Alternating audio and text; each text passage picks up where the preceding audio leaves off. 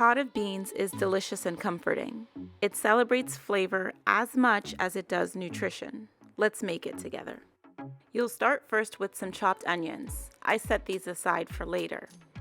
Then you'll need tomatoes. I usually use the plum aroma tomato type. Then of course some sen pepper for spice, followed by 1 red bell pepper. I also use an onion. I typically do use red onion, but I happen to have a yellow onion today, so that's what I'm using. You can use either. I go ahead and slice up the tomatoes and everything else to put into the blender. Notice I actually always slice the tomatoes first and put them on the blender at the bottom, because doing this makes it so that I don't have to add water to my blender. If you don't have a powerful blender, you may need to add water. This Vitamix is pretty powerful. So I tend to get by without having to add any additional water. Once I finish slicing up the bell peppers, I go ahead and peel off the stem for the sen pepper and throw them into the blender whole. Next, I go ahead and chop the onion just into pieces that are small enough for the blender to be able to handle. Again, I usually do use red onion when I'm making beans, but this time I'm using yellow, and I'm not really too picky. I tend to just use whichever one I have lying around. So this is how it looks before I put it into the blender. Again, my blender's pretty powerful, so I don't need to add any extra water. But if you need to add some water to be able to get it to blend, that's not a problem. Just add as little as possible. Once I'm done blending, in just a few minutes, I have what looks like a very nice, smooth, blended mixture. When you open up the blender, this is how it looks.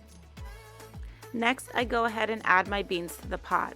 I'm using just a simple bag of black-eyed peas, but you can also use Nigerian honey beans if you prefer.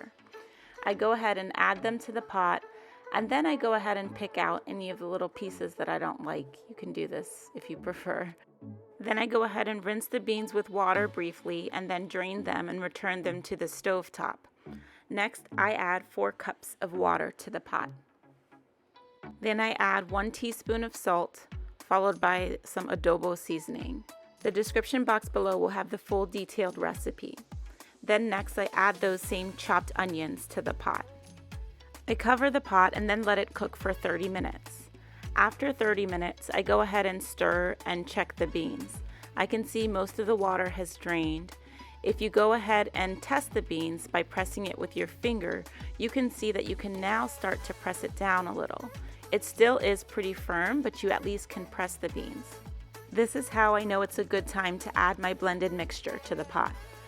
I cook my beans differently than others. I actually add the blended tomato mixture pretty early in the cooking process because I want the beans to cook and absorb these flavors. I don't wait until the beans are done completely to add this. I also don't fry the tomatoes first. So I go ahead and rinse out the rest of the blender with an additional cup of water and add that to the pot. Adding this additional water is what's going to help the beans be able to have enough liquid to cook in. I then mix everything together, and then I prepare to add some vegetable oil to the pot. Next, I stir it again before I prepare to cover it and continue to let it cook. This whole time it's been cooking on medium-high heat, so from time to time I do stir it and check it to make sure that it's not burning. After 20 minutes, I check and see that the beans are coming along well and that the liquid is starting to thicken and dry up some.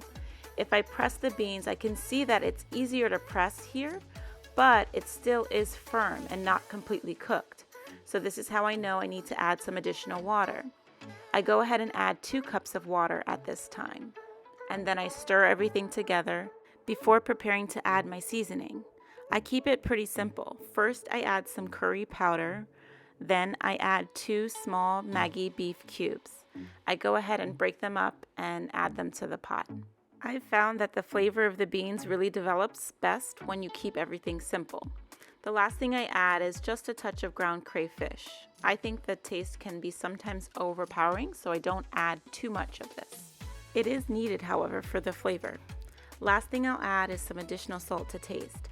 I add a 1/4 teaspoon of salt here, but this is just my preference that I've developed over the years. I cover the beans and they'll continue to cook, this time on medium-low. Then I grab some plantain.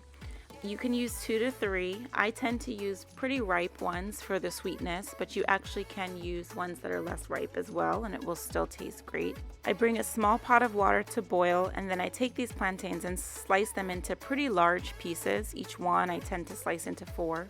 Then I'll add them to the pot here just to cook very briefly. When they're this level of ripeness, it really doesn't take, more than 10 minutes to cook. I cover the pot to allow it to cook, and then once I check it after about 10 minutes, I can see that they're very nicely done. If I were to take a fork and stick it inside, it would be very easy to stick the fork inside of. So I go ahead and drain the water away and then prepare to add them to the beans. When I check on these beans about 25 minutes later on the stovetop, I can see that the medium-low heat allowed the liquid to be able to thicken. If I check them now, they're very soft and tender. I go ahead and add these plantains to the pot, and just moments later, I'm done. This one pot packs a delicious meal full of protein, fiber, and vitamins. And of course, it tastes great. It's super easy to make, and I'm excited to share it with you. Hope you love it.